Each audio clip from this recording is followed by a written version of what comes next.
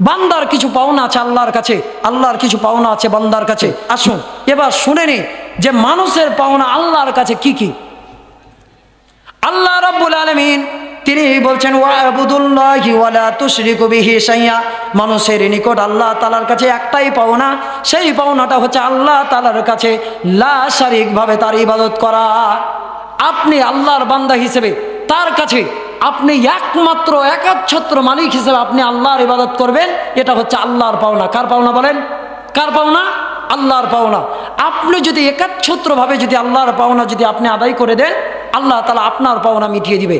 হাদিসে পাকের মধ্যে পাওয়া যায়, বিশ্বজাহানের নবী বলেন, রাসূলুল্লাহ সাল্লাল্লাহু আলাইহি ওয়াসাল্লাম, ওনার একজন সাহাবী ছিল মুআয ইবনে জাবাল। রাসূলুল্লাহ সাল্লাল্লাহু আলাইহি ওয়াসাল্লাম মুআয ইবনে জাবালকে জিজ্ঞেস করলেন, হে আমার মুআয, বান্দার উপর আল্লাহর হক কি তুমি কি জানো নাকি? মুআয ইবনে জাবাল বললেন, আল্লাহু ওয়া রাসূলুহু আলাম, আল্লাহ এবং তার রাসূল যা জানেন আমার থেকে ভালো জানেন। নবীজি সাল্লাল্লাহু আলাইহি ওয়াসাল্লাম বলেন, বান্দার উপর আল্লাহর হক হলো এটাই, বান্দা আল্লাহ তাআলাকে এক আল্লাহ বলে স্বীকৃতি দিবে, আর রাসূলুল্লাহ সাল্লাল্লাহু আলাইহি ওয়াসাল্লামকে রাসূল হিসেবে স্বীকৃতি দিবে। এবার মুআয ইবনে জাবালকে আবার প্রশ্ন করলেন, হে মুআয, তুমি কি জানো নাকি আল্লাহর নিকট বান্দার কি হক আছে, আল্লাহর নিকট বান্দার কি পাওনা আছে তুমি জানো নাকি? মুআয ইবনে জাবাল বলল, ইয়া রাসূলুল্লাহ, ইয়া হাবিবাল্লাহ, এটাও আপনি ভালো জানেন। মুআয ইবনে জাবালকে আল্লাহ রাসূল বলছেন, হে আমার মুআয, বান্দাকে কোনো শাস্তি না দিয়ে আল্লাহ রাব্বুল আলামিন তাকে বিনা হিসেবে জান্নাত দিয়ে প্রশংসিত করবেন। বলেন তো কে চান না যে আল্লাহ বিনা হিসেবে জান্নাত দেখ? কে চান না? দুইখানটা টান টান করে হাত উত্তোলন করেন তো। ওই যে মুরব্বী বুঝেনি কে জান্নাত চান না বিনা হিসেবে, তাকে হাত চাঁদতে বলেছি।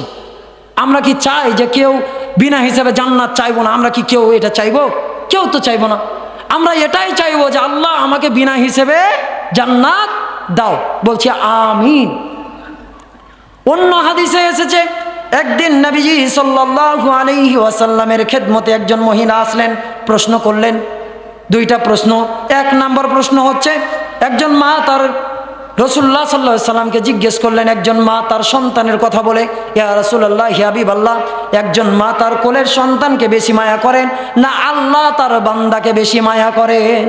আপনারা এই প্রশ্নের উত্তর দিতে পারবেন যে আল্লাহ তার বান্দাকে বেশি মায়া করে না সন্তান তার মাকে বেশি মায়া করে? মা তার সন্তানকে বেশি মায়া করে না আল্লাহ তার বান্দাকে বেশি মায়া করে? আমরা কি এটার কথা কি কেউ জানি? কেউ কিন্তু প্রশ্নের উত্তর দিতে পারবো না। কিন্তু আমরা আবেগে বলে দেব যে আল্লাহ তার বান্দাকে বেশি ভালোবাসে, কিন্তু একটা ঢেল মারলাম কিন্তু লেগে গেল, এরকম অবস্থা। দ্বিতীয় প্রশ্ন, বিশ্বজাহানের নবীকে বললেন, মহিলা বললেন, কোন মা কি তার সন্তানকে নিজ হাতে আগুনে ফেলে দিবেন নাকি? বিশ্বজাহানের নবীকে বললেন যে তাহলে আল্লাহ কেন তার বান্দাকে কেন আগুনে ফেলে দেবেন? দুইটা প্রশ্ন। এক নম্বর প্রশ্ন, মা তার সন্তানকে বেশি ভালোবাসে, বেশি মায়া করে না আল্লাহ তার বান্দাকে বেশি মায়া করে? দ্বিতীয় প্রশ্ন, আল্লাহ যদি তার বান্দাকে এতই যদি মায়া করে থাকে, তাহলে কোনো সন্তান নিজ হাতে কোনো সন্তানকে নিজ হাতে তার মা আগুনে ফেলবে না, তার আল্লাহ কেন তার বান্দাকে নিজ হাতে আগুনে ফেলবেন? তো ঠিক একইভাবে বিশ্বজাহানের নবী উত্তর দিলেন যে মা তার সন্তানকে যত মায়া করুক না কেন, তার থেকে লক্ষ লক্ষ কোটি কোটি গুণে আল্লাহ রাব্বুল আলামিন তার বান্দাকে বেশি দয়া করেন, রহমত করেন। বলছি সুবহানাল্লাহ।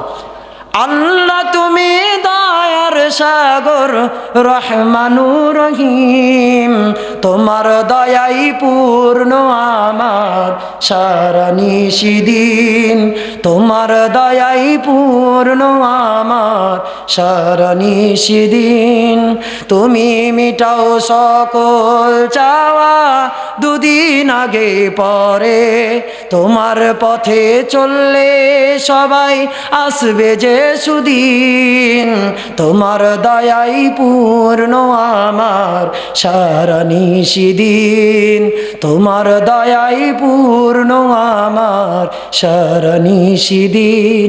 আল্লাহর থেকে কেউ কি দয়া বেশি করতে পারে? কেউ দয়া করতে পারে না।